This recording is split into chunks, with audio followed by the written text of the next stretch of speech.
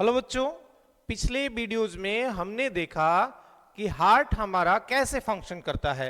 Blood lungs से कहाँ जाता है, फिर ब्लड हार्ट से कहाँ जाता है, कौन हमारे ऑक्सीजनेटेड ब्लड को लेके जाता है और कौन डीऑक्सीजनेटेड ब्लड को लेके जाता है।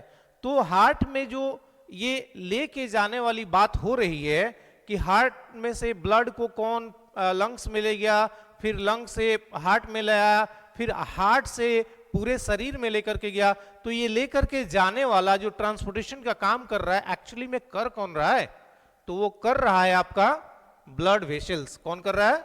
Blood vessels. देखो इसको हिंदी में कहते हैं रक्त वाहिकाएं। क्या कहते हैं? रक्त वाहिकाएं। रक्त वाहिकाएं का मतलब होता है, वाहिकाएं मतलब कि रक्त को ढोने वाली, रक्त को एक जगह से दूसरे जगह लेके जाने वाली चीज को वाहिकाएं कहते हैं, और इंग्लिश में इसे कहते हैं ब्लड वेसल्स। क्या कहते हैं बच्चों? Blood vessels. तो देखो यहां पे हमने ब्लड वेसल्स का क्लासिफिकेशन करके रखा ताकि मैं आपका कम समय लूं और ये छोटा टॉपिक है और अच्छे से समझा पाऊं। तो देखो ब्लड वेसल्स को तीन भागों में बांटा जाता है, एक है आर्टरी, एक है वीन और एक है कैपिलरीज। ठीक है, देखिए आर्टरी जिसको हिंदी में धमनी कहते हैं, वीन जिसको सीरा कहते हैं, और कैपिलरी जिसको हिंदी में केशिकाएं कहते हैं। अब देखो बच्चों कि एक्चुअली में ये क्या अलग अलग इनका काम है? आर्टरी है, वीन है, कैपिलरीज है, क्या इन सब का काम अलग अलग है? नहीं, इन सब का एक ही काम है, ब्लड का ट्रांसपोर्टेशन करना, ब्लड को एक जगह से दूसरे जगह में शरीर में पहुंचाना। लेकिन फिर इनका नाम अलग अलग क्यों दिया गया है? तो देखिए एक्चुअली में क्या है कि कुछ ऐसे वेसल्स होते हैं, कुछ ऐसे नसें होती हैं जो काफी छोटी होती हैं, पतली होती हैं, और कुछ जो होती हैं काफी ज्यादा मोटी होती है। तो इनके स्ट्रक्चर मतलब इनके मोटाई और इनके आकार के आधार पे जो है ना, इनको अलग अलग नाम दिया गया है। तो एक तो आर्टरी है और एक वीन है। तो देखो आर्टरी आपको पता है कि जो ऑक्सीजनेटेड ब्लड होता है उसको लेकर के जाने का काम करता है।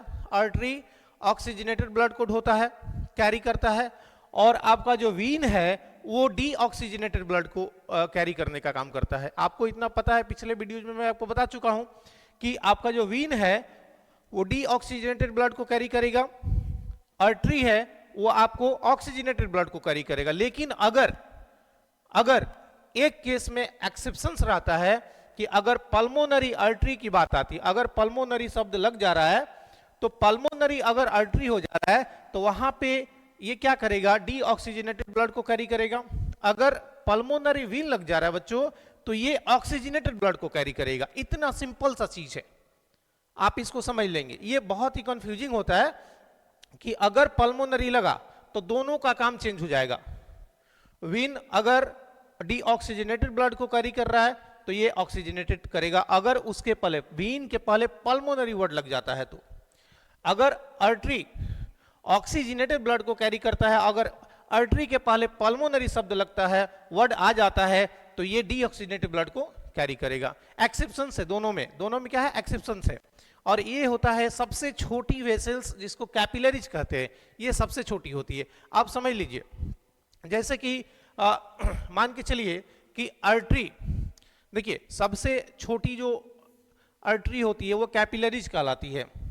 अब आपको कंफ्यूजन हो रहा होगा ना कि यहाँ भी वीन में भी कैपिलरीज है और यहाँ भी कैपिलरीज है। तो देखिए ये दोनों अलग अलग कैपिलरीज है। ये वैसी कैपिलरीज हैं जो डीऑक्सीजनेटेड ब्लड को कैरी करने का काम करती हैं, और ये ऐसी आर्टरी हैं जो ऑक्सीजनेटेड ब्लड को कैरी करने का काम करती हैं। आपको कंफ्यूज नहीं होना है कि सर ने यहाँ आर्टरी में भी कैपिलरी डाला है और वीन में भी कैपिलरी डाला है। इसमें बिल्कुल आपको कंफ्यूज नहीं होना है, क्योंकि ये हमने अभी आपको बताया कि वीन डीऑक्सीजनेटेड ब्लड को कैरी करती है। तो हमारे शरीर में जो पूरा नेटवर्क है, नस का जो वेसल्स का पूरा नेटवर्क है, उसमें जो वीन है वो डीऑक्सीजनेटेड ब्लड को केवल कैरी करेंगी, और आर्टरी जो है वो ऑक्सीजनेटेड ब्लड को। ये अलग अलग है कि शुद्ध रक्त को कौन लेके जाएगा और अशुद्ध रक्त को कौन लेकर के जाएगा। तो इसलिए बिल्कुल कंफ्यूज मत होइएगा कि कैपिलरी यहां भी है और यहां भी है। तो देखिए जो आपका ऑक्सीजनेटेड ब्लड को मतलब कैरी करने वाली सबसे छोटी वेसल्स है वो है कैपिलरीज। बहुत सारी कैपिलरीज मिलके क्या बनाती हैं? आर्टेरियोल बनाती हैं, बहुत सारे आर्टेरियोल मिलकर के आर्टरी बनाती है, और आर्टरी मिलकर के बनाता ऑर्टा, जिसको बोलते हैं महाधमनी। क्या बोलते हैं बच्चों? महाधमनी। ठीक है, उसी तरीके से वीन में जो डीऑक्सीजनेटेड ब्लड को कैरी करते हैं, कैपिलरीज मिलके बनाती है वेन्यूल। ठीक है, वेन्यूल, वेन्यूल से फिर वीन, और वीन से बनता है वेना कावा, जिसको कहते हैं हिंदी में महासीरा। आप लोग अगर हार्ट वाला वीडियो अच्छे से देखे होंगे तो हमने वहां वेना कावा को दो भागों में बांटा था, इंफीरियर वेना कावा और सुपेरियर वेना कावा। अब इसमें भी क्वेश्चन पूछा जाता है कि सबसे बड़ा जो है वो सीरा कौन सा है, तो देखिए वेना कावा ही सबसे बड़ा है, लेकिन इसमें भी सुपेरियर और इंफीरियर, इन दोनों में भी क्वेश्चन पूछा जा सकता है कि सुपेरियर वेना कावा और इंफीरियर वेना कावा, इसमें सबसे बड़ा कौन है? तो इंफीरियर वेना कावा सबसे लार्जेस्ट वेना कावा होता है, इस चीज को याद रखिएगा। ठीक है बच्चों, तो कैपिलरीज वेन्यूल, और वेन्यूल से बनेगा वीन, वीन से बनेगा वेना कावा।